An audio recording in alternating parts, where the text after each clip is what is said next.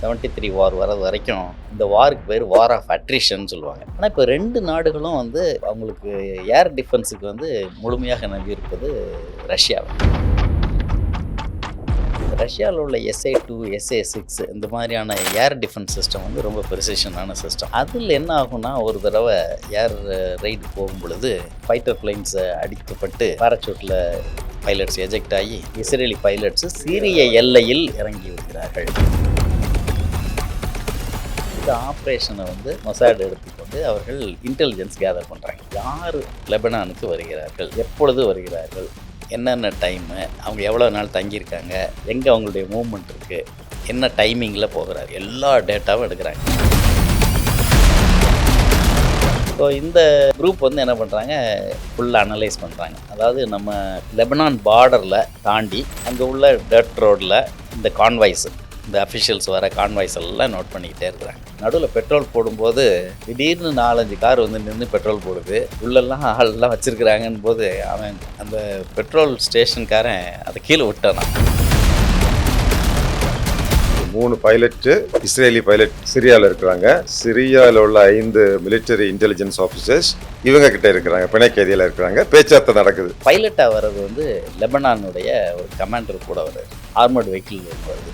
So armoured வெஹிக்கிள்லாம் வரும்போது இந்த டீமுக்கு வந்து not well equipped for that. அதனால் இந்த கமாண்டரே இந்த டிசிஷன் எடுக்கிறார். இந்த சூழ்நிலையில் முதல் ஆப்ரேஷனை பண்ணுறதுக்கு எல்லாம் ரெடியாக இருக்கிறாங்க. ஆனால் வந்து ஹை கமாண்ட்லேருந்து சொல்லிடுறாங்க அபார்ட்.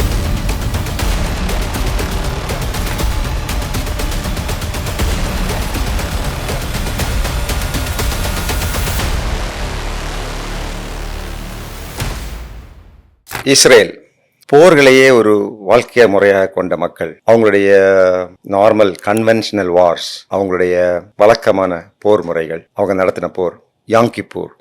அந்த யாங்கிப்பூர் அந்த 1973 வார் நடக்கக்கூடிய அதே நேரத்தில் அவங்க நடத்தி முடித்த ஒரு கவர்ட் ஆப்ரேஷன் ஒன்று இருக்குது. இஸ்ரேல் நாடு அந்த நாட்டிலிருந்து கடத்திட்டு போன சில முக்கியமான நபர்களை மீட்கிறதுக்கு சிரியாவோட என்ன விதமான ஒரு கவர்ட் ஆப்ரேஷன், ஒரு மறைமுக போர் நடத்தியிருக்கிறாங்க, அதை நம்ம கேட்போம். அதை சொல்லுங்கள் சார். இது வந்து இந்த ஆப்ரேஷன் வந்து சிரியாவோட லிங்க்டான ஒரு ஆப்ரேஷன். 67 வாருக்கு பின்பு கோலன் ஹைட் இஸ்ரேலை எடுத்துக்கொண்டது. கோலன் ஹைட் ஏற்கனவே சிரியாவினுடைய பகுதியாக இருந்தது. அதனால் சிரியா ரொம்ப கடும் கோபத்தில் தான் இருக்குது. அந்த 6 days வார் 6 நாட்கள்லேயே பிடிச்சிட்டாங்க. ஆமாம். அதே மாதிரி இந்த பக்கம் வந்து சீனாய் எடுக்கப்பட்டதுனால ஈஜிப்டும் ரொம்ப பாதிப்பு. அவர்களும் இந்த இஸ்ரேல் மேலே நிறைய பிரச்சனைகளை உருவாக்கி கொண்டே இருக்கிறார்கள். இதுக்கு பேர் வந்து இந்த 67லேருந்து அடுத்த மேஜர் வார் 73 வார் வர்றது வரைக்கும் இந்த வாருக்கு பேர் வார் ஆஃப் அட்ரிஷன் சொல்லுவாங்க. வார் ஆஃப் அட்ரிஷன் என்னென்னா, பெரிய வாராக இருக்காது, ஆனால் இடைஞ்சலாக இருந்துக்கிட்டே இருக்கும். இவங்க ஒரு ரைடு போவாங்க, அவங்க ஒரு ரைடு போவாங்க. இது பார்டரில் வந்து நம்ம இந்தியா பாகிஸ்தான் பார்டரில் எப்போவுமே அப்பப்போ குண்டு வெடிச்சிக்கிட்டே இருப்பாங்க. அப்புறம் வந்து திரும்ப ஃபெஸ்டிவல்ஸ் அப்புறம் ஸ்வீட் கொடுப்பாங்க. அந்த மாதிரி இது இந்த வார் ஆஃப் அட்ரிஷன் நடந்து கொண்டே இருக்கிறது. அதனால் தொடர்ந்து இஸ்ரேல் ஈஜிப்ட் எல்லையை வந்து கண்காணிச்சிக்கிட்டே இருப்பாங்க. அதே மாதிரி அவர்களும் இவர்கள் எல்லையை கண்காணிப்பாங்க. இவருடைய ஃப்ளைட்ஸும் வந்து சிரியா ஏரியாவில் கோலன் ஹைட்டை தாண்டியும் போய் கொண்டு வரும். ஆனால் இப்போ 2 நாடுகளும் வந்து அவங்களுக்கு ஏர் டிஃபென்ஸுக்கு வந்து முழுமையாக நம்பியிருப்பது ரஷ்யாவை. ரஷ்யாவில் உள்ள SA-2 SA-6 இந்த மாதிரியான ஏர் டிஃபென்ஸ் சிஸ்டம் வந்து ரொம்ப ப்ரிசிஷனான சிஸ்டம். அதில் என்ன ஆகும்னா, ஒரு தடவை ஏர் ரைடு போகும் பொழுது ஃபைட்டர் பிளைன்ஸ் அடிக்கப்பட்டு பாராசூட்டில் பைலட்ஸ் எஜெக்ட் ஆகி இஸ்ரேலி பைலட்ஸ் சிரியாவில் இறங்குவாங்க. அப்படி ஒரு 3 பைலட்ஸு இறங்கிடுறாங்க. அதை சீரியர்கள் கைப்பற்றி விடுகிறார். இப்போ அதை கைப்பற்றி விட்டால் இது ஒரு ப்ரைஸ்டு கேட்ச் அவங்களுக்கு. அதனால் அது ஒரு ட்ராஃபி மாதிரி அவர்களை வந்து சிரியாவில் டிஸ்ப்ளே பண்ணுவதும், டெலிவிஷனில் காட்டுவதும், அப்புறம் தொடர்ந்து அவர்களை வந்து டார்ச்சர் பண்ணுவது, அதுக்கப்புறம் அவங்கள்ட்ட வந்து எக்ஸ்ட்ராக்ட் பண்ணுறதுக்கு இன்ஃபர்மேஷனை வாங்குறது எல்லாம் பண்ணி அவர்கள் வந்து ஒரு வெரி செக்யூர்டு ஜெயிலில் வசித்து விடுகிறார்கள். High security prison. இது வந்து இப்போ இஸ்ரேலுக்கு ஒரு பெரிய தொந்தரவான ஒரு காரியம். ஏனென்றால் இஸ்ரேல் மக்களும் வந்து இதுக்கு அஜிடேட் பண்ணுவாங்க, நீ அவர்களை என்ன பண்ணுறீங்க என்று. நம்ம 3 பைலட் வந்து வெளிநாட்டில் அதுவும் சிரியாவில் வந்து பிடிச்சிட்டாங்க. அந்த ஃபேமிலிஸ் எல்லாரும் ஃபோட்டோ வச்சு அவங்க அஜிடேஷன் பண்ணிக்கிட்டு எங்கள் டெமோக்ராட்டிக் கண்ட்ரி. ஸோ இது வந்து இந்த இஸ்ரேலுக்கு ஒரு பெரிய பிரச்சனை. ஸோ இந்த நிகழ்வில் வந்து கோல்டா மேயர் அப்போ பிரைம் மினிஸ்டராக இருக்கிறாங்க. அவர்கள் இந்த மீட்கக்கூடிய பணியை வந்து மொசாடு அதனுடைய குரூப்புக்கு கொடுக்குறாங்க. ஆனால் உள்நாட்டில் எல்லாருமே டிமாண்ட் பண்ணுறாங்க, உடனே போகணும், கூட்டிகிட்டு வந்துடணும், அவங்கள மீட்டு கொண்டு வந்துடணும், என்னதான் செய்கிறீங்க என்ன தான் சரிங்க, அப்படின்னு பொலிட்டிக்கலாக ஒரு பெரிய ப்ரெஷர் ஆகிட்டு இருக்கு. இது டிப்ளமேட்டிக் ரூட்டில் அவங்களால ஒன்றுமே செய்ய முடியாது. ஏனென்றால் கோல்டன் ஹைட் இவங்ககிட்ட இருக்குது. அவங்க போய் சீரியாட்ட போயிட்டு இந்த 3 பேரை எங்களுக்கு திருப்பி கொடுங்கன்னு கேட்க முடியாது. சிக்கலான கர்மம். அதனால் இவங்க என்ன பண்ணுறாங்கன்னா அனலைஸ் பண்ணுறாங்க. இந்த நேரத்தில் டிப்ளமேட்டிக் ரூட்டை விட்டுட்டு நம்ம வேறு கோவர்ட் ஆப்ரேஷனில் எதாவது பண்ண வேண்டும் என்றால் அங்கே இருக்கிற பைலட் இங்கே வருவாங்களா? வரமாட்டாங்க. அதனால் இவங்களா போய் அங்கே போய் புகுந்து அங்கே இருக்கிற இடத்துல போய் பிடிச்சிட்டு வர முடியாது. எடுப்பது சிரியா எல்லை வந்து ரொம்ப கடுமையான பாதுகாப்புக்கப்பட்ட ஒரு எல்லையாக இருக்குது. அதனால் அவங்க சிரியாவுக்குள்ளே போய் யாரையும் பிடித்து கொண்டு வர முடியாது. ஆகையினால் அவங்க என்ன பண்ணுறாங்கன்னா, இப்போ இதே மாதிரி ஒரு கேட்ச் நமக்கு வேணும்னா, இதே மாதிரி சீரியனில் ஹை ரேங்கிங் அஃபிஷியல்ஸ் கொஞ்சம் பேரை நம்ம பிடிச்சிட்டு வந்தோம்னா அது ஒரு பார்கெனிங் சிப்பாக இருக்கும். அதை வைத்துக்கொண்டு நம்ம இவங்ககிட்ட நெகோஷியேட் பண்ணலாம் என்று ஒரு முடிவு எடுக்கப்பட்டு, இது ஐடியா. இப்போ இந்த ஐடியா வந்து இம்ப்ளிமெண்ட் ஆகணும். அது அடுத்த ஸ்டெப்பு இம்ப்ளிமெண்டேஷன். என்ன பண்ணலாம்? இப்போ இந்த சீரியன் அஃபிஷியல்ஸை சீரியாவில் போய் பிடிக்க முடியாது. அது இன்னும் டிஃபிகல்ட்டு.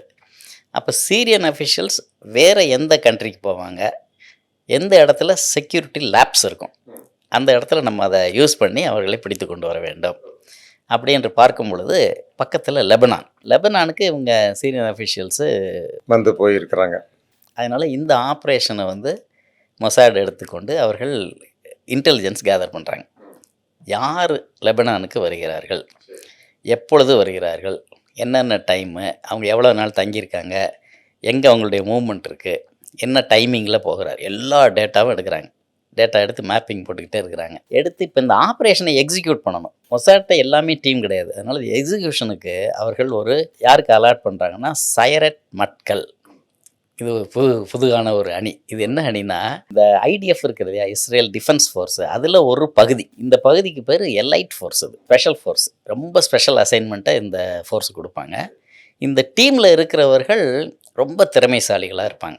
அதில் ரொம்ப திறமைசாலி தான் இந்த டீமுக்குள்ளே வருவாங்க. இன்னொரு என்எஸ்ஜி மாதிரி நேஷனல் செக்யூரிட்டி, இது வந்து யூஎஸ் நேஷனல் செக்யூரிட்டி அந்த ஃபோர்ஸ் மாதிரி. இல்லைன்னா யூஎஸில் வந்து டெல்டா ஃபோர்ஸ், ரொம்ப ஸ்பெஷல் அசைன்மெண்ட் மட்டும் அவங்க பண்ணுவாங்க. நேவி சீல்ஸ்லாம் சொல்கிறாங்களே அந்த மாதிரி. இதில் வந்து எக்ஸாம்பிள் எடுத்திங்கன்னா யோனத்தான் நேத்தன்யாகு, யார் அந்த ஆப்ரேஷன் என்டர்பிரைஸ், அவர் இந்த சைரட் மெட்கல்ல இருந்தவர். எஹூட் ஒரு பிரைம் மினிஸ்டர் இதில் இந்த அமைப்பில் இருந்தவர். பெஞ்சமின் நேத்தன்யாகு இந்த அமைப்பில் இருந்தவர். ஸோ இந்த நிறைய பிரைம் மினிஸ்டர்ஸ் இந்த அமைப்பில் இருந்து வந்தவர்களாக இருப்பார்கள். அப்படின்னா அந்த அளவுக்கு அது எலைட் ஃபோர்ஸ். ஸோ இந்த குரூப் வந்து என்ன பண்ணுறாங்க, ஃபுல்லாக அனலைஸ் பண்ணுறாங்க.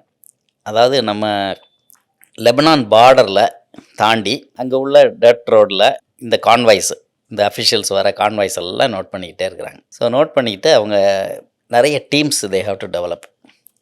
என்னென்னா, ஒரு டீம் இந்த கான்வாயை நிறுத்தணும், பிளாக் பண்ணணும், பிளாக்கிங் டீம். பிளாக் பண்ணதை எப்படி பிளாக் பண்ணுறது? அடுத்தது ஒரு டீம் வந்து ஏதாவது அதில் அசாசினேட் பண்ணணும் தேவை இருக்குன்னா, அவங்க அசாசினேட் பண்ணுறதுக்கு காட் செக்ஷனில் ஹை எலிவேட்டட் இடத்துல இருந்தால் தான் முடியும். ஹை கிரவுண்ட் டீம் ஒன்று. அப்புறம் இதில் கேஷுவாலிட்டிஸ் வந்துச்சுன்னா மெடிக்கல் டீம். அதுக்கப்புறம் இவங்களை கேப்சர் பண்ணவங்கள கொண்டு வர்றதுக்கு ஒரு கார் டீம். அதுக்கப்புறம் ரூட்டு, எந்த ரூட்டில் கொண்டு வரது, இந்த மாதிரி பல பிளான் அவங்க எல்லாத்தையும் அனலைஸ் பண்ணி இதை வந்து ப்ராக்டிஸ் பண்ணிக்கிட்டே இருக்கிறாங்க. இதில் பிடிக்கிறவர்களை வந்து கொன்றக்கூடாது, பிரயோஜனமே இல்லை, உயிரோடு கொண்டு வரணும். அடுத்தது கொண்டு வருகிறவர்கள் ஹாஸ்டேஜஸ். ஆமாம், ஹாஸ்டேஜாக இருக்கணும். ரொம்ப ஹை ரேங்கிங் அஃபிஷியல். நீங்கள் போய் அங்கே போய் 4 கிளார்க்கை பிடிச்சிட்டு வந்தீங்கன்னா சொல்லிடுவாங்க. அதனால் ஹை ரேங்கிங் அஃபிஷியல். ஸோ அதனால் இன்டெலிஜென்ஸ் யார் வருகிறான்றதை பார்க்கணும். அடுத்து லெபனானை அதில் ரொம்ப இன்டர்ஃபியர் பண்ண விடக்கூடாது. சீரியன் அஃபிஷியல்ஸ் மட்டும் பிடிச்சிட்டு வரணும். இப்படி பல ஆங்கிள்ஸில் இதை பார்க்குறாங்க. பார்த்து இந்த ஆப்ரேஷனுக்கு வந்து கிரேட் அப்படின்னு வைக்கிறாங்க. Operation grade 3. Operation grade 3. Grade 1 first. Okay.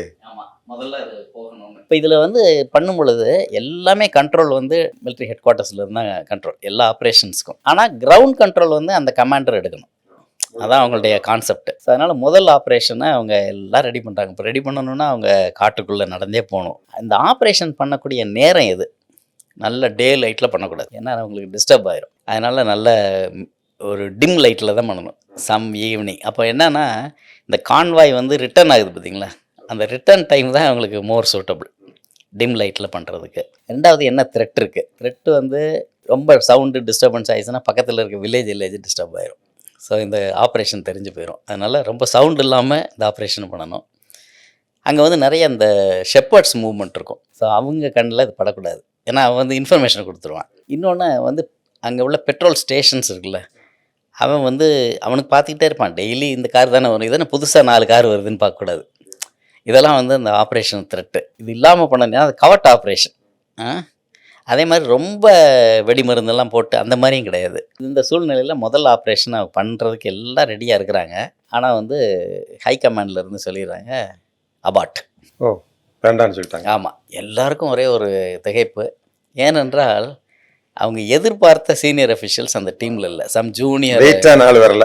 ஆமாம், அதனால் அது லேட்டர் தெரிய வருகிறது. அபார்ட்னா அவ்வளோதான், அபார்ட் தே ஹேவ் டு அப்படியே ரிட்டர்ன் பண்ணிடுறாங்க. சரின்னு திரும்ப அதாவது ஒவ்வொரு தடவையும் ஒரு லேர்னிங். ஸோ அந்த லேர்னிங்கில் வந்து பிளாக் பண்ணுறது எப்படி பிளாக் பண்ணுறது, ஒன்று இந்த ஸ்பைக் ஸ்ட்ரிப்ஸ்ன்றாங்களே அதை வச்சிங்கன்னா கார் அது மேலே ஏறிச்சுன்னா படப்படன்னு வெடிக்கும், பஞ்சர் ஆயிரும். அது பண்ணால் சவுண்ட் ரொம்ப அதிகமாக இருக்கும் அப்படின்னு எதிர்பார்க்குறாங்க. இல்லைன்னா நம்ம கார் டயரை வந்து கரெக்டாக ஷூட் பண்ணுவோம் கான்வாயில் வரும்போது. சூஸ் பண்ணுற இடம் வந்து பெண்டிலேருந்து ஆரம்பிக்கணும், அப்போ தான் வந்து பிளாக் பண்ணுறதுக்கு நல்லாயிருக்கும். அந்த பிளாக் பண்ணதுக்கப்புறம் அந்த sterile zone should be in their control, அந்த மாதிரி எடுத்துக்கணும் என்று எல்லாமே மெட்டிகுலஸாக பிளான்லாம் பண்ணுறாங்க. ஸோ அடுத்த பாசிபிலிட்டிக்கு செகண்டு ஆபரேஷன் கிரேட் 2 அதுக்கு போயிடுறாங்க. ஸோ போகும்பொழுது எல்லாம் கரெக்டாக இருக்குது, எல்லாம் ரெடியாக பொசிஷனில் இருக்காங்க. பின் drop silence, high ground team, blocking team, அப்புறம் கேப்சரிங் டீம். கேப்சர் பண்ணுறவங்க வந்து சங்கிலி இது கூட கிடையாது, அவங்க வந்து இந்த பிளாஸ்டிக் டேக் தான் போட்டு அவர்கள் விலங்கு போடணும். ஏன்னா அது வந்து மினிமம் அவங்க எல்லாம் கையில் தூக்கிட்டு போகணும், பார்டர்லேருந்து எல்லாமே மேனுவலாக கொண்டு போகணும். கொண்டு போகிற கார் எல்லாம் ரெடி பண்ணி எல்லாம் இருக்கிறாங்க. பார்க்கும் பொழுது ஷெப்பர்ட் மூவ்மெண்ட் இருக்குது, அது ஒரு நெகட்டிவாக இருக்குது. ஆட்கள் இருக்காங்க. ஆமாம். அடுத்தது அந்த கமாண்டர் பார்க்குறாரு, பைலட்டாக வர்றது வந்து லெபனானுடைய ஒரு கமாண்டர் கூட வர்றாரு. ஆர்மர்டு வெஹிக்கிள் ஒன்று வருது. ஸோ ஆர்மர்ட் வெஹிக்கிள்லாம் வரும்போது இந்த டீமுக்கு வந்து not well equipped for that. அதனால் இந்த கமாண்டரே இந்த டெசிஷன் எடுக்கிறாரு அபார்ட்.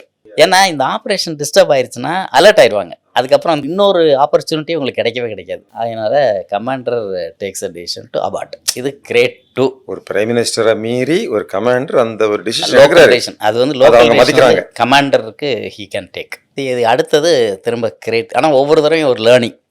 அப்புறம் அடுத்தது என்ன பண்ணுறாங்கன்னா, பிளாக்கிங்க்கு நம்ம வந்து ஷூட் பண்ணுறது பண்ணுவோம், பட் ஆனால் கார் முன்ன போட்டு பிளாக்கும் பண்ணிடுவோம், அது இன்னொரு அடிஷ்னல் ரோட் பிளாக்காகவும் இருக்குன்னு சொல்லி அதுவும் பண்ணிடுறாங்க. பண்ணிவிட்டு இதே மாதிரி தேர்ட் ஆப்ரேஷன் கிரேட் 3. ஆமாம். ஸோ கிரேட் 3 வந்து சைட் ஆயிடுது, வருது. ஸோ கரெக்டாக அந்த பெண்டெல்லாம் தாண்டி கான்வாய் உள்ளே வந்துடுச்சு ஸ்டெரைல் ஜோனுக்குள்ளே. முன்னாடி கார் பிளாக்டு, டயரில் ஷூட் பண்ணுறாங்க. ஃபஸ்ட்டு கார் நிற்கிது, எல்லாமே ஸ்டாண்ட் ஆகி நிற்கிது. லாஸ்ட் காரும் டயர் இன்ஃப்ளேட் பண்ணிவிட்டு கேப்சரிங் டீம் போய் அவங்கவுங்க அந்தந்த டோரை திறந்து ஆளுகளை கேப்சர் பண்ணுறாங்க. அங்கேயே டைப் பண்ணிடுறாங்க. டைப் பண்ணிவிட்டு அவங்க இருக்கக்கூடிய டேட்டா எல்லாத்தையும் ஸ்பெஷல் பேக் வச்சுருக்காங்க, அதில் எல்லாத்தையும் கலெக்ட் பண்ணி, ஏன்னா இந்த டீம் வந்து intelligence official, Syrian military intelligence பியூரோவில் உள்ள டாப் அஃபிஷியல்ஸு. இவங்களுக்கு இந்த தடவை கிடைக்கிற கேட்ச் என்னென்னா 3 லெஃப்டினன்ட் கர்னலும் 2 மேஜரும் கிடைக்கிறாங்க. அதனால் இது நல்ல குட் கேட்ச். அதனால் இது அவ்வளோ பேரையும் இவங்க வச்சுருக்க சிவிலியன் கார்ஸ், அங்கே ரெகுலராக அந்த டேட் ரோட்டில் மூவ் ஆகிற சிவிலியன் கார்ஸில் வந்து லோட் பண்ணிக்கிட்டு, ஸோ இவங்க இப்போ 2 ரூட் வச்சுருக்காங்க. விட்ராயல் ரூட் வந்து ஒரு ரூட் வந்து proper route, very fast route. ஒரு வேளை இந்த இன்ஃபர்மேஷன் எங்கேயா லீக் ஆகிட்டு இன்ஃபர்மேஷன் போய் நின்றுருந்தால் அவங்க ஆல்டர்னேட் ரூட்டும் பேரலாக எல்லாத்துக்கும் பேக்கப் பிளான் வச்சுருப்பாங்க. செக் போஸ்ட்டில் செக் பண்ண மாட்டாங்களா? இதில் இவங்களுக்கு வந்து இவங்க அந்த சூஸ் பண்ண ரூட் வந்து ஈஸியாக வெளியில் வர்ற மாதிரியான ரூட்டில் வில்லேஜ் ரோடு ஆமாம் டர்ட் ரோட்லேயே வச்சு வந்துடுறாங்க.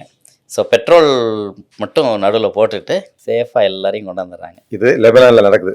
இது லெபனான் எல்லைக்குள்ளே நடக்குது. இப்போ அவங்களுக்கு வந்து இப்போ சிரியாவில் 3 பைலட்டு, இவங்க கையில் இப்போ 3 லெஃப்டினன்ட் கர்னலும் 2 மேஜரும் 5 பேர் இருக்கிறாங்க. ஸோ இப்போ திரும்ப நெகோசியேஷன் ஆரம்பிக்குது. ஓகே, இது ஒரு பெரிய சென்சேஷன் ஆயிருக்குமே சிரியாவில். உடனே இப்போ அதுக்கு அடுத்து இது நியூஸ் ஃப்ளாஷ் ஆனதுக்கப்புறம் அதில் என்ன சொல்கிறாங்கன்னா, அந்த நடுவில் பெட்ரோல் போடும்போது திடீர்னு 4-5 கார் வந்து நின்று பெட்ரோல் போடுது. உள்ளெல்லாம் ஆளெல்லாம் வச்சுருக்குறாங்கன்னு போது அவன் அந்த பெட்ரோல் ஸ்டேஷன்காரன் அதை கீழே விட்டானான் பயந்து போய். அதை வந்து எப்போவுமே அவனுக்கு வந்து அதுக்குள்ளே அந்த நியூஸ் ஃப்ளாஷ் ஆகி சம் இன்ஃபர்மேஷன் வந்திருக்குது. அதை வந்து இந்த டீம் மீட் பண்ணுறவங்கலாம் எப்பவும் அதை நினச்சி பேசிக்குவாங்களாம். அதில் ரொம்ப சென்சிட்டிவாக அவங்க வந்து அன்றைக்கி ரிலீஸ் ஆகி உள்ளே வந்துடுறாங்க. வந்ததற்கு பின்பு இந்த நெகோசியேஷன் திரும்ப 1 வருஷம் நடக்குது. அதுவும் உடனே முடியலை. ஓகே, 3 பைலட்டு, இஸ்ரேலி பைலட்டு சிரியாவில் எடுக்கிறதுக்காக சிரியாவில் உள்ள 5 மிலிட்டரி இன்டெலிஜென்ஸ் ஆஃபீஸர்ஸ் இவங்க கிட்ட இருக்கிறாங்க, பிணைக்கைதியில் இருக்கிறாங்க. பேச்சுவார்த்தை நடக்குது. பேச்சுவார்த்தை 1 வருஷமாக போய் அதுக்கும் அப்புறம் அவங்க தேர்ட் பார்ட்டி மூலமாக நெகோஷியேட்லாம் பண்ணி கடைசியில் ஒரு நியூட்ரல் ஜோனில் போய் இவங்க 5 பேரை ரிலீஸ் பண்ணி அந்த 3 பேரை ரிட்ரீவ் பண்ணி வராங்க. இது வந்து எப்போ நடக்குதுன்னா 73 ஜூனில் நடக்குது. 73 அக்டோபரில் யாம் கிப்பர் நடக்குது. யாம் கிப்பருக்கு முன்னாடியே அது நடந்துருது. அந்த இல்லை, அந்த வார் இன்னும் டேட் ஃபிக்ஸ் பண்ணல. பட் அது ஏறக்குறைய நெக் டு நெக்கு முன்னாடியே அது முடிந்து விடுகிறது. ஸோ இது வந்து கிரேட் 3. இந்த ஆப்ரேஷன் இந்த கிரேட் 3ல் கமாண்டராக இருந்ததுன்னா யெகூட். அவர் ஒரு பிரைம் மினிஸ்டர் ஆனார். டெப்டி கமாண்டராக இருக்கிறவர் வந்து பெஞ்சமின் நெத்தன்யாகு. அப்புறம் என்ன ஆகுதுன்னா 96 வந்து யெகூட் பிரைம் மினிஸ்டர் ஆகி கொஞ்ச நாள் இருக்கிறாரு. 2009 பெஞ்சமின் நெத்தன்யாகு பிரைம் மினிஸ்டர் ஆகி யெகூட் அவர்கிட்ட டிஃபென்ஸ் மினிஸ்டர் இருக்குது. ஸோ இதே இந்த ஆப்ரேஷனில் இருந்த 2 பேர். இந்த சைரட் மெட்கல்ங்கிறது வந்து ஒரு எலைட் ஃபோர்ஸ். அவங்களால இந்த ஆப்ரேஷனை வெரி சக்ஸஸ்ஃபுல்லாக முடித்து அவர்கள் தங்களுடைய 3 பைலட்டை சேஃபாக ரிட்ரீவ் பண்ண முடிந்தது. இது ஒரு சக்ஸஸ்ஃபுல் ஆப்ரேஷனாக முடிந்தது. ஆப்ரேஷன் கிரேட் 3 பற்றி பேசிட்டோம். இதை விட இன்னும் ஒரு படி கொஞ்சம் சீரியஸான, கொஞ்சம் காம்ப்ளிகேட்டட். நான் முதல்ல சொன்ன மாதிரி அவங்களுக்கு எதிரி நாடுகளில் அணுகுண்டு தயார் பண்ணுறது தான் மிகப்பெரிய கன்சர்ன், மிகப்பெரிய கவலை, மிகப்பெரிய அவங்களுக்கு அச்சமூட்டக்கூடிய ஒரு செயல். அப்படி இருக்கும்போது இதே சிரியா, இப்போ நம்ம சொன்னோமே, இந்த சிரியா அந்த வேலையை செய்ய போகுது, ஒரு அணுகுண்டு தயார் பண்ண போகிறாங்க, அதுக்கான எல்லா முயற்சியும் எடுத்துட்டு இருக்கிறாங்க அப்படின்னு உலகத்துக்கே தெரியல. ஆனால் இஸ்ரேலுக்கு தெரிய வந்திருக்கு. அவங்களுக்கும் கொஞ்சம் லேட்டாக தான் தெரிய வந்திருக்கு. இந்த சிரியாவினுடைய நியூக்ளியர் ப்ரோக்ராமை போய் அட்டாக் பண்ணுறதுக்கு இஸ்ரேல் என்ன நடவடிக்கை எடுத்திருக்கு? ஒரு விசித்திரமான ஒரு ஆப்ரேஷன் வருது. தொடர்ந்து இணைந்திருங்க.